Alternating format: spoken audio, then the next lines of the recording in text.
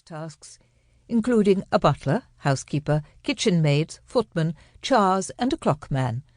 Outside there were 60 more, ranging from gardeners and grooms to mole-catchers and coachmen, and even a bear and camel-keeper. In 1920 the decision was taken to install central heating, plumbing, and electricity. It was a Sisyphean task, started but never finished. Only the Georgian wing was modernised, providing 9 bathrooms for 84 bedrooms and a total of 11 radiators. The castle made its own music. Pipes hissed and gurgled, house parties filled the septic tanks under the cellars, and a constant plop and gurgle underscored every activity.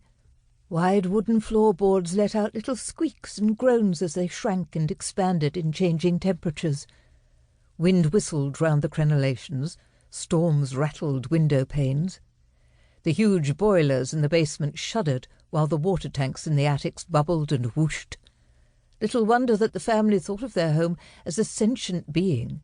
In their eyes, Trelawney was far more than bricks and mortar. The beauty of the interiors paled next to Trelawney's setting. To the north of the castle were 400 acres of medieval oak woods, set in deep cushions of moss, laced with streams chasing over granite boulders. In the heart of the forest there was a perfectly round and deep lake, fed by a waterfall. At different times of the year the glades were carpeted with flowers, crocuses, snowdrops, bluebells, wild garlic, and rare orchids.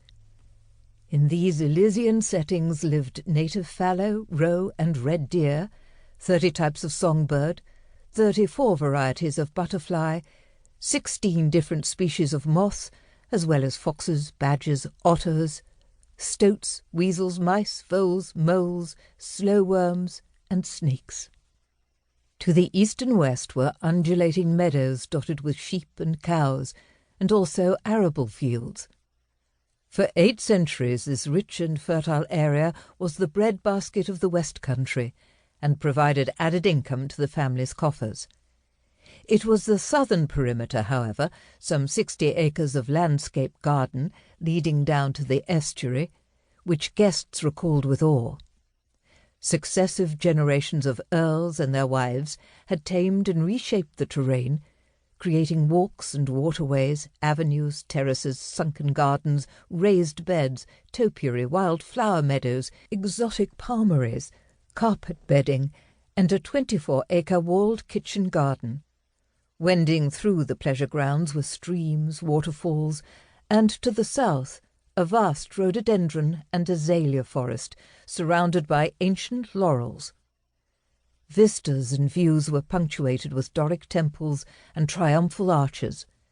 There were secret grottos and fierce fountains that, by an ingenious natural system of displacement, shot jets of water more than 50 feet into the air.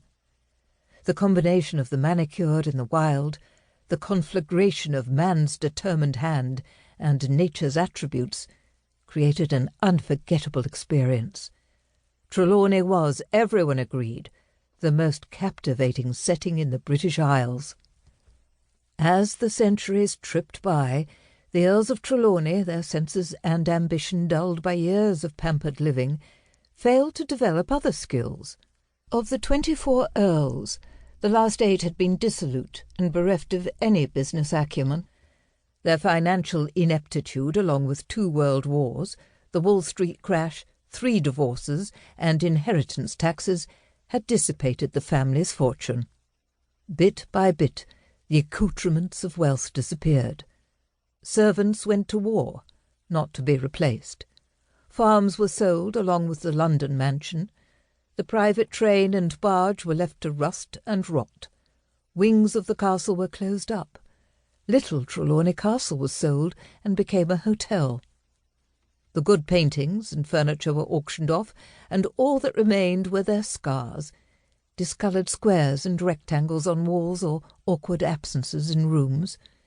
The only objects left were those without financial value, testaments to the whims and enthusiasms of generations of Trelawneys, such as the enormous stuffed polar bear in the West Entrance Hall, its fur and fangs turned yellow by time.